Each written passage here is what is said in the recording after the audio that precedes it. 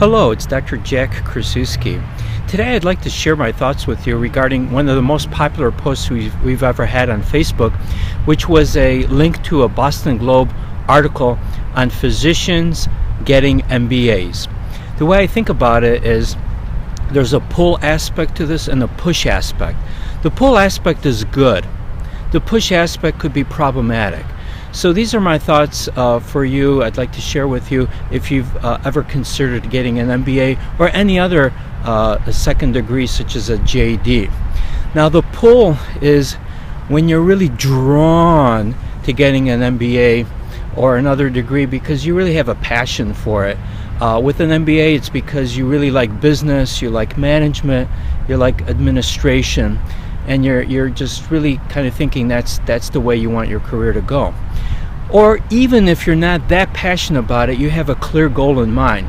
For example, let's say you're a principal or a partner in a group practice and you're a little bit frustrated with the way things are run. You really think that it could be run better, and you feel like you've got the chops and the interest to kind of take over the administrative duties. You just think that this would be a good thing for you and your practice, and you're willing to devote the time and energy to getting an MBA. So that's all good. That's like pulling you to that particular degree. Now the push is when you're considering getting such a degree, not because you're necessarily pulled towards it or attracted to it, it's because you feel in some way you're pushed. You're so dissatisfied with being a clinician that you're just looking for an escape.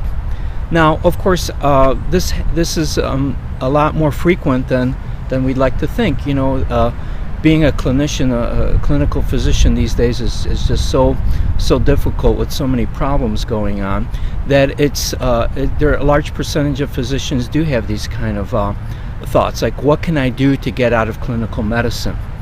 Well, let me share a story with you to kind of put this in perspective. I was once talking to a very wise man that I know. His name is Bob Purdy. He lives in Denver.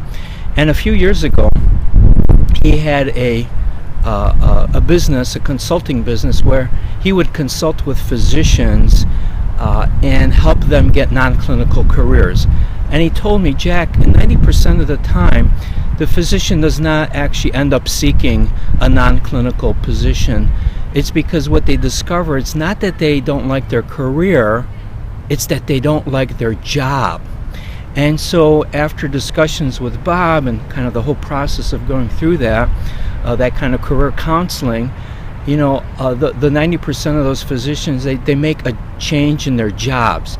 They either renegotiate, with the position or the group they're with right now, or they seek another one. A change in the setting, a change of the group, what have you. And the good news for physicians these days is that in most specialties, in most parts of the country, it's relatively easy to get another job. There's a relative physician shortage.